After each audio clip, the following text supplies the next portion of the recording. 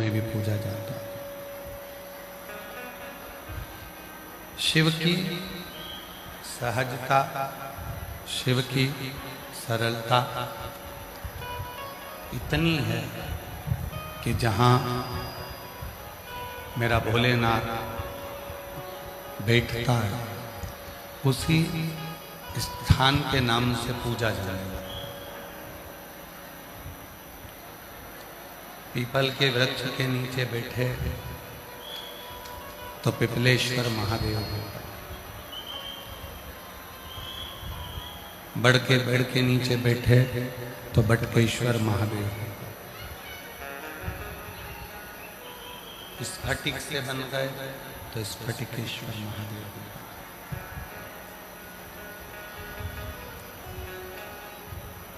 रतन से बन गए तो रत्नेश्वर महादेव। केवल एक शिव, केवल एक शंकर, केवल एक ओगड़दानी भगवान देवाधिदेव महादेव, जो जिस स्थान पर, जिस जगह पर बैठते हैं, जिस स्थान पर बैठते हैं, ये कोई नहीं चल रहा है एक दिन, जिस स्थान पर बैठते हैं, जिस जगह पर बैठते हैं, उस स्थान पर बैठते से ही उस स्थान के नाम से पूजित होने लगे।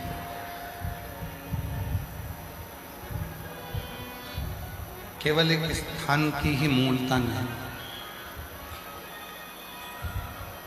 संपूर्ण स्थानों की मूलता।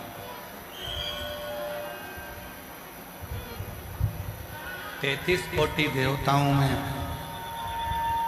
कोई देवता ऐसा नहीं है जो जिस स्थान पर बैठा है और उस स्थान से उसका नाम की घोषणा,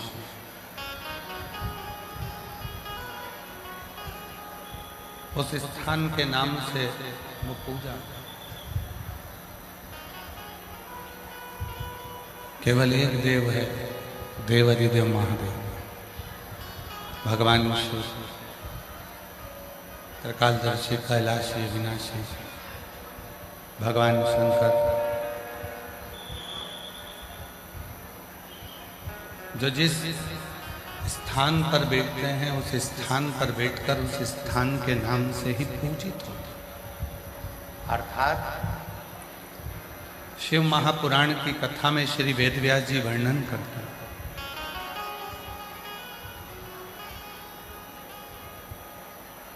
कि शिव को ढूंढने के लिए या भगवान शंकर को प्राप्त करने के लिए बहुत दूर जाने की जरूरत नहीं। भगवान शंकर को प्राप्त करने के लिए, भगवान शंकर को ढूंढने के लिए बहुत दूर पहुंचने की जरूरत नहीं। तुम जहां बैठोगे, तुम जिस स्थान पर बैठोगे, जिस स्थान पर तुम उसको पुकारोगे, वो उसी स्थान पर आपको मिलेगा। पीपल के वृक्ष के नीचे बैठकर पुकारा तो पिपलेश्वर का दर्शन, बट वृक्ष के नीचे बैठकर पुकारा तो बटकेश्वर का दर्शन। जिस भूमि पर जहां आप देवाधिदेव महादेव को पुकारोगे वो महादेव आपको उसी स्थान पर मिलेगा।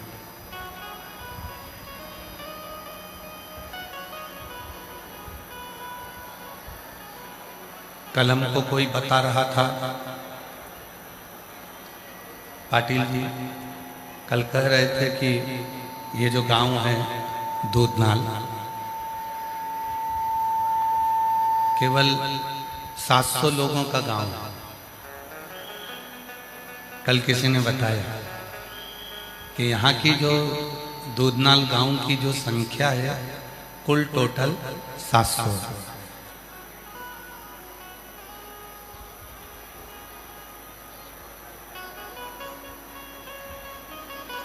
अब 700 लोगों के गांव में 7 लाख आदमी आकर बैठ जाए तो जरा विचार करिएगा, ये शिव की ही तो कृपा है।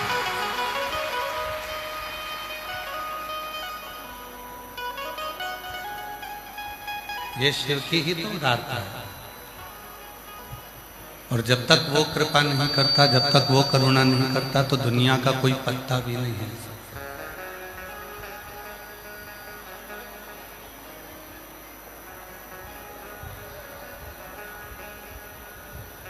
लाखों की संख्या में आप लोग आए हैं।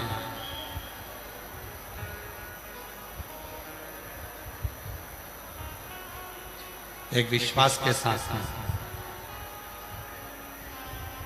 जिस भूमि पर हम जहां बैठकर भगवान को पुकारते हैं, उस स्थान पर मेरा देव अधिदेव महादेव प्रकट होता है।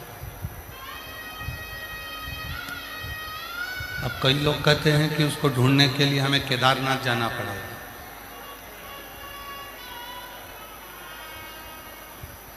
कई लोग कहते हैं कि उसको ढूंढने के लिए हमको अमरनाथ जाना पड़ेगा। पर शिव महापुराण की कथा कहती है, ना हमको अमरनाथ ढूंढने जाना है, ना हमको केदारनाथ ढूंढने जाना है। हम उस विश्वनाथ को, स्वयं को उसका अपना समझकर जब हम पुकारते हैं, तो हमारा विश्वनाथ हमारा भरण पोषण करने के लिए हमारे हृदय में आकर तुरंत बैठ जाता है। उसको ढूंढने जाने की जरूरत नहीं पड़ती, केवल उसको पुकार आ जाए, केवल उसको पुकार लो और वो आकर खड़ा हो जाए।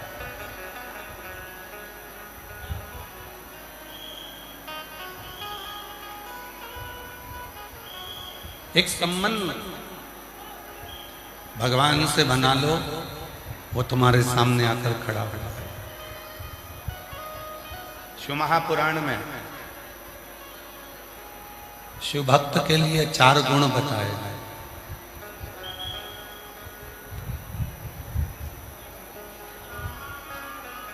शिव जी के भक्त के लिए 4 गुण कहे गए। पहले नंबर का गुण है संयम, दूसरे नंबर का गुण है सदाचार, तीसरे नंबर का गुण है स्नेह, और चौथे नंबर का गुण है सेवा।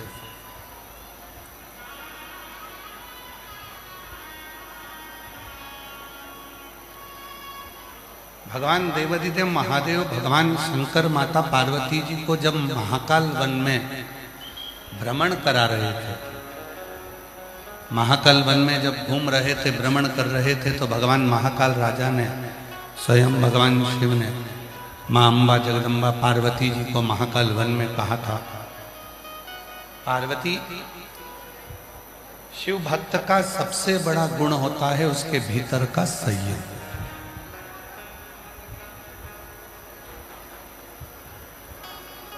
और जिसने अपनी जिंदगी में संयम को धारण कर लिया, जिसने अपने जीवन में संयम को धारण कर लिया, फिर वो जीव कभी भटकता नहीं। वो संयम के साथ कहा, जब कोई भगवान का भक्त हो जाता है, पार्वती जब कोई शिव का भक्त हो जाता है, शंकर का उपासक हो जाता है, शिव भक्ति में जब कोई डूब जाता है, तो उस पर लोग आक्षेप लगाते हैं, ताना देते हैं, अपशब्द कहते हैं, आड़ा टेढ़ा कहते हैं। फिर भी वो अपने संयम को धारण करे, कुछ ना बोले, कुछ ना कहे, इंतजार करे।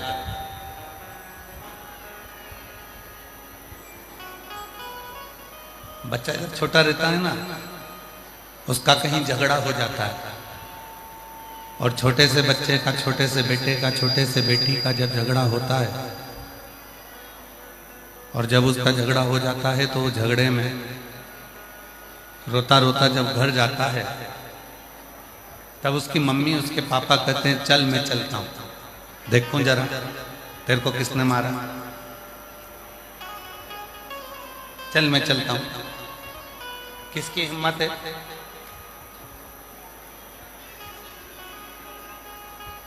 किसकी हिम्मत है जिसने तुझको मारा? चल मेरे साथ। मम्मी पापा तुरंत तैयार हुए, भाई भाऊ तैयार हुए और चल तुरंत। अब उन्होंने ये भी नहीं देखा कि मेरे बेटे की गलती है कि सामने वाले की गलती, मेरे बच्चे की गलती है कि सामने वाले की गलती है। उसने ये नहीं देखा, उसने तो कहा चल तुझे तकलीफ है ना, तेरा झगड़ा हुआ है ना, चल मेरे साथ चल।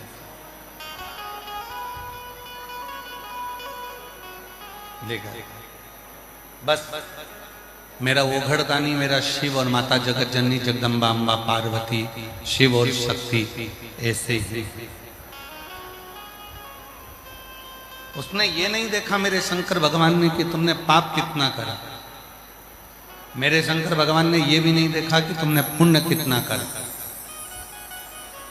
मेरे शंकर भगवान ने तो केवल इतना देखा कि इसने मुझे पुकारा, इसने मुझे निवेदन करा, इसने मुझे पुकारा। और जब उसने पुकारा, जब उसने निवेदन किया, जब उसने पुकारा, बस मेरा देव अधिदेव महादेव, मेरा शंकर, मेरा वो घड़दानी, मेरा शंभु, मेरा त्रिकालदर्शी, मेरा कैलाशी अविनाशी, मेरा शिव तुरंत उसी समय पर उसका साथ देने के लिए आ गया। संयम, और उस संयम की सबको जरूरत है। जो शंकर को भजता है, जो भगवान शंकर का आराधना करता है, जो भगवान शिव की आराधना, अच्छा चलता चलता तुम लोग वापस उसको गड़बड़ कर देते हो यार भाई।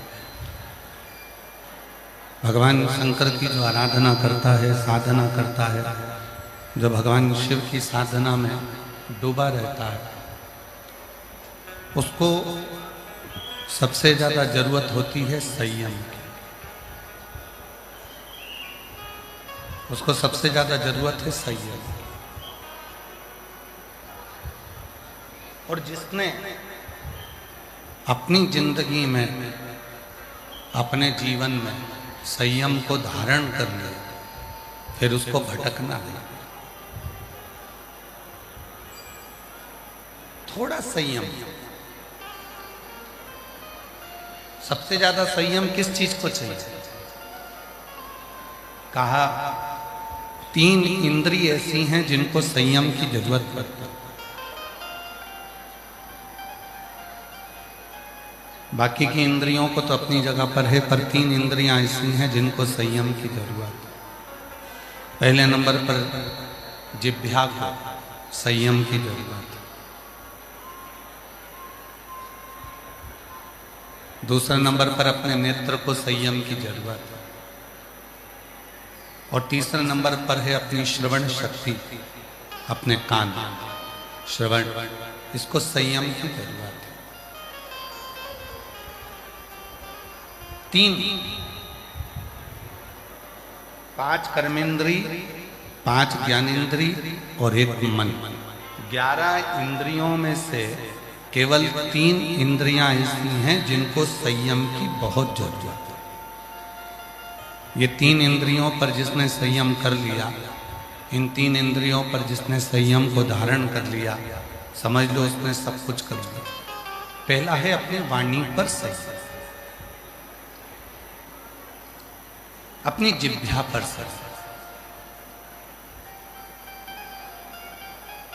कितना सुंदर कहा है किसी ने कि वाणी ऐसी बोलिए जो मन का आपा खो। जम के बोलिए जरा, वाणी ऐसी बोलिए जो मन का आपा। और आज के जमाने में वाणी ऐसी बोलिए जो जम के झगड़ा हो, पर उससे मत बोलिए जो तुमसे तगड़ा हो। फिर कभी कभी तुम्हारी वाणी ऐसी जगह बोल जाते हो जहां पर फिर झगड़ा उत्पन्न हो जाता है, लड़ाई हो जाती है, विवाद हो जाता है, तकलीफ उत्पन्न हो जाती है, विवाद उत्पन्न हो जाता है।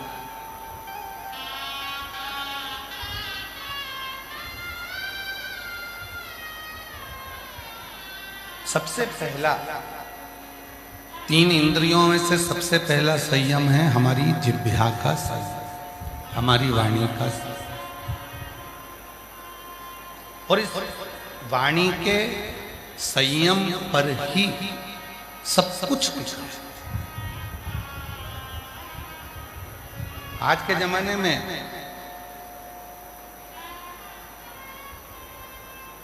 सास बुरी नहीं है, आज के जमाने में बहू भी बुरी नहीं है। ना सास बुरी है, ना बहू बुरी है, ना ससुर बुरा है, ना पति बुरा है, ना पत्नी बुरी है, ना देवर, ना जेठानी, ना जेठ, ना ननन, ना नंदोई, कोई बुरा नहीं है। सबसे ज्यादा बुरी है आपकी जिह्वा, आपकी वाणी।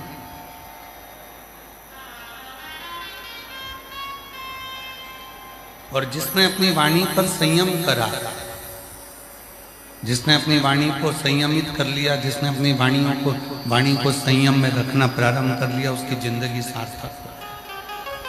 पहले एक प्रसंग सुनाया था, आज फिर वो प्रसंग स्मरण में आया।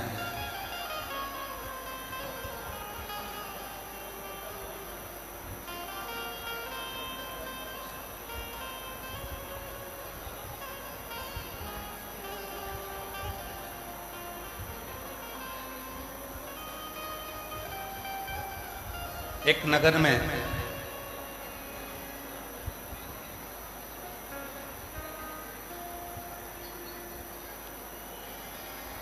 एक नगर सेठ रहता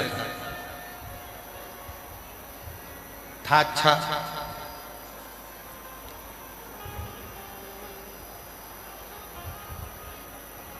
पर उसकी वाणी ठीक नहीं थी, बोलता हर कुछ था। एक दिन राजा ने उसको बुलाया और राजा ने कहा, अपने नगर का सेठ है, अपना फर्ज बनता है कि इसको अपना महल दिखाया जाए। राजा ने नगर सेठ को बुलाया, महल दिखाया।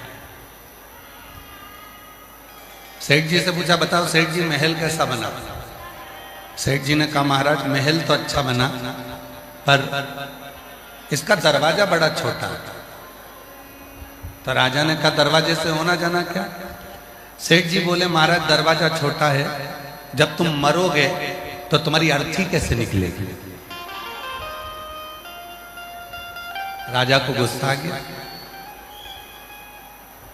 और राजा को क्रोध आया और राजा ने कहा, इसको बंद करो, अंदर जेल में ले जाओ, इसको ले जाओ, अंदर बंद करा जाए। राजा ने उसको कारागार में बंद कर दिया। थोड़ी देर बाद उसकी पत्नी आ गई। पत्नी ने कहा, महाराज मेरा पति यहां आया था। राजा ने कहा, तेरे पति को बोलने के लक्षण नहीं है, उसमें अक्ल नहीं है, हर कुछ बोलता है। तेरा पति ने महल देखा और महल देखकर कहा कि महाराज दरवाजा छोटा है, जब राजा मरेगा तो इसकी अर्थी कैसे निकलेगी? इतने में पत्नी बोली, महाराज मेरे पति को बोलने के लक्षण नहीं है, उसको क्या करना? अर्थी कैसे निकलेगी? पत्नी बोली, उसमें तो अक्ल नहीं है महाराज, उसको क्या करना कि अर्थी कैसे निकलेगी? अरे राजा को काट काट के निकाल देंगे। अब तो राजा को और गुस्सा आ गया। राजा ने उसकी पत्नी को भी बंद कर दिया। थोड़ी देर बाद उसका बेटा आ गया। बेटे ने कहा, महाराज मेरे माँ बाप आए थे। राजा ने कहा, तेरे पिताजी को बोलने के लक्षण और ना ही तेरी माँ को बोलने के लक्षण। तेरे पिताजी ने कहा, जब महाराज मरोगे तो तुम्हारी अर्थी कैसे निकलेगी? और तुम्हारी माँ कहती है कि काट काट के निकाल देंगे। इतने में राजा का लड़का बोला, महाराज मेरे माँ बाप को बोलना नहीं आता, उनको क्या करना? अर्थी कैसे निकलेगी? अरे राजा को अंदर ही चला देंगे। बस इतना कहा और राजा ने तीनों को छोड़ दिया। तीनों को छोड़ दिया। राजा को समझ में आ गया कि इंसान कितने भी उच्च पद पर बैठ जाए और उसकी वाणी अगर ठीक नहीं है तो वो निम्न पद का ही कहलाता है, वो उच्च पद का कभी नहीं कहलाता, वो निम्न पद का ही। सबसे ज्यादा जरूरी है वाणी की संयमिता। सबसे ज्यादा जरूरी है हमारे वाणी की संयम। 3 इंद्रियां ऐसी बताई गई है जिन्होंने अपनी 3 इंद्रियों पर संयम करा, उन्होंने अपनी पूरी जिंदगी पर संयम कर लिया। पहले नंबर पर है अपनी जिह्वा, दूसरे नंबर पर है अपने नेत्र और तीसरे नंबर पर है अपनी श्रवण शक्ति। पहले नंबर पर है अपने जिह्वा, अपनी वाणी पर संयम करना चालू करो। ना सास बुरी है, ना बहू बुरी है, ना ससुर बुरा है, ना सास बुरी है, ना कोई बुरा है। बुरी ये वाणी है जो मुख से निकलती है, अपशब्द करती है, ताना देती है, आड़ा टेढ़ा करती है। केवल एक ये वाणी ऐसी है जो शब्द का तोल मोल कर जवाब नहीं देती। ये वाणी, और ये वाणी जिस दिन हमारे संयम में आ जाएगी, ये वाणी जिस दिन संयम में हो जाएगी, उस दिन भगवान को पाना दूर नहीं है। कितना सुंदर लिखा है शिव पुराण में कि दुनिया के लोग भगवान को पाने के लिए दुनिया की लिखी हुई स्तुति को गाना चाहते हैं। प्रत्येक संसार के जितने भी संत हैं, महात्मा हैं, जितने कथाकार हैं, जितने योगी, जितने सन्यासी, जितने तपस्वी, जितने साधक, जितने उपासक, सब आपसे निवेदन करेंगे कि ये वाली स्तुति पढ़ो, ये वाला स्तोत्र पढ़ो, ये वाला पाठ करो, ये वाला पाठ करो। और शिव पुराण क्या कहती है, वेद व्यास जी क्या कहते हैं, तुमरुका जी क्या कहते हैं। तुमरुका जी चंचुला देवी से कहते हैं, चंचुला देवी तुम्हें अगर कोई स्तोत्र नहीं आता, तुम्हें कोई स्तुति नहीं आती, तुम्हें कोई मंत्र नहीं आता, तुम्हें कोई साधना नहीं आती, तुम्हें कोई पूजन नहीं आती, तो तुम अपने दिल से, अपने भाव से, अपने मन से तुम भगवान को जो कहकर पुकारोगे, तुम्हारा भगवान उसी समय पर तुम्हारे सामने प्रकट हो जाए।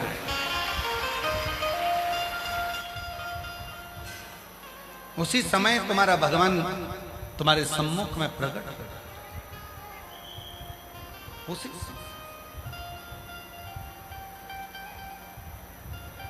हम क्या कर रहे हैं, दुनिया के लोग क्या करते हैं, जो स्तुति दुनिया ने लिखी है वही स्तुति को गाने का प्रयास करते हैं। जो स्तोत्र दुनिया ने लिखा है उसी स्तोत्र को गाने का प्रयास करते हैं। कभी अपने मन से भी आप कुछ स्तुति को गुनगुना, कभी अपने मन से भी उस परमात्मा के लिए कुछ स्तोत्र को गुनगुना, कभी अपने मन से भी उस परमात्मा को कुछ पुकारो, कभी अपने मन से भी उस परमात्मा के स्मरण को पुकारो। कुछ स्तुति, कुछ मंत्र, कुछ साधना, कुछ अपने भीतर के होना चाहिए। कुछ स्तुति अपने भीतर की होना चाहिए, कुछ मंत्र अपने भीतर के होना चाहिए।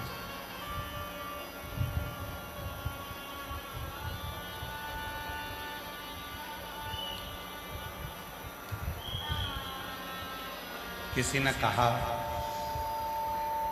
खूब अच्छे अच्छे पाठ करो भगवान मिल जाए। किसी ने कहा खूब अच्छे अच्छे स्तुति पढ़ो परमात्मा मिल जाए। किसी ने कहा अच्छे अच्छे मंत्र का जप करो परमात्मा मिल जाए। किसी ने कहा इतने घंटे की साधना करो परमात्मा मिल जाए। पर शिव महापुराण की कथा कहती है मत बैठो 4 घंटा तुम तप करने के लिए, मत बैठो तुम 5 घंटा साधना करने के लिए, मत बैठो तुम आराधना करने के लिए, पर इतना जरूर करो घर में जो सदस्य रह रहे हैं, घर में जो माता पिता रह रहे हैं, घर में जो बुजुर्ग रह रहे हैं, घर में जो सदस्य निवास कर रहे हैं, उनके प्रति प्रेम का भाव रखना प्रारंभ कर दो। मेरा शंकर भगवान तुम्हारे सामने प्रकट हो जाए।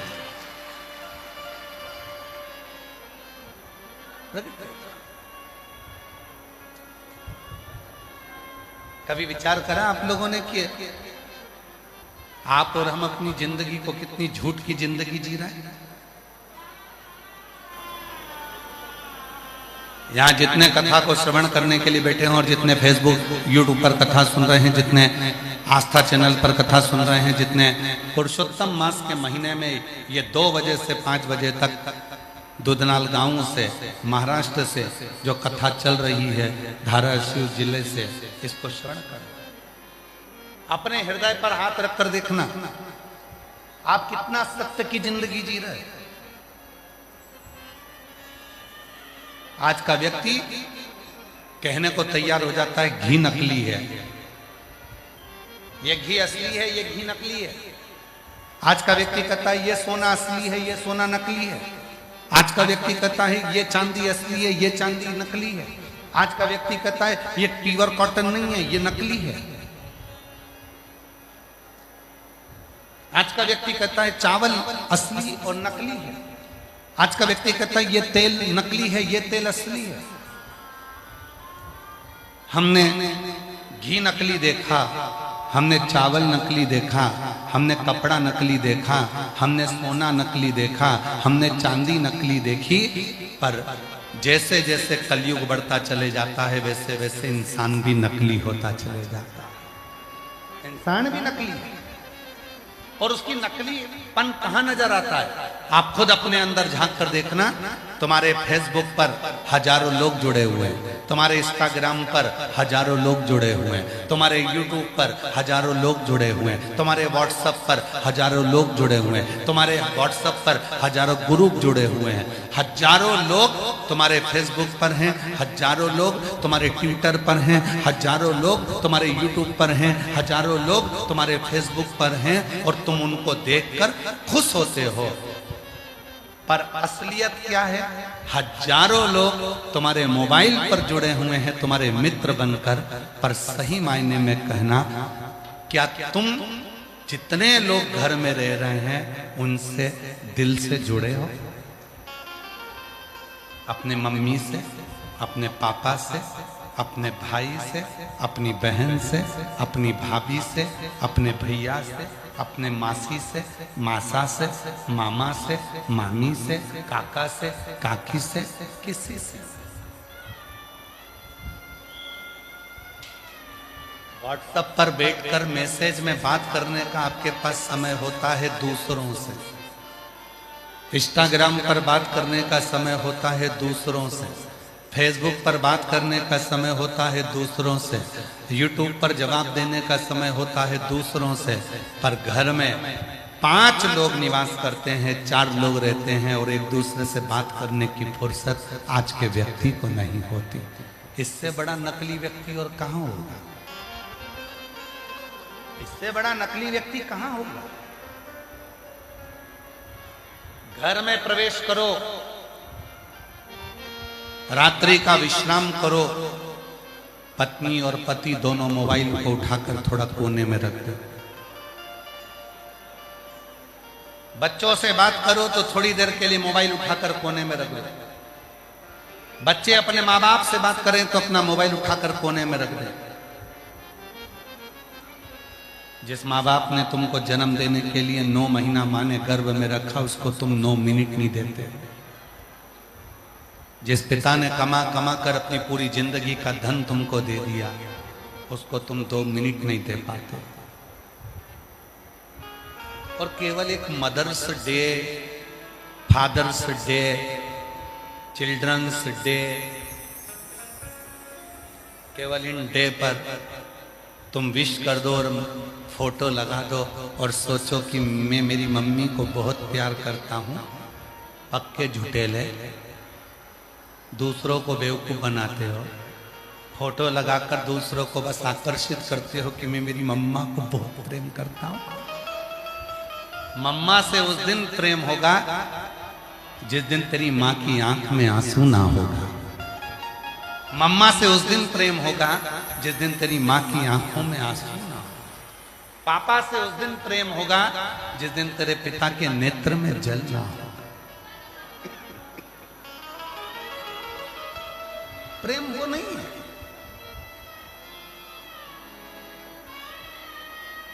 प्रेम उसको नहीं कहा गया कि दिखावा कर दिया जाए।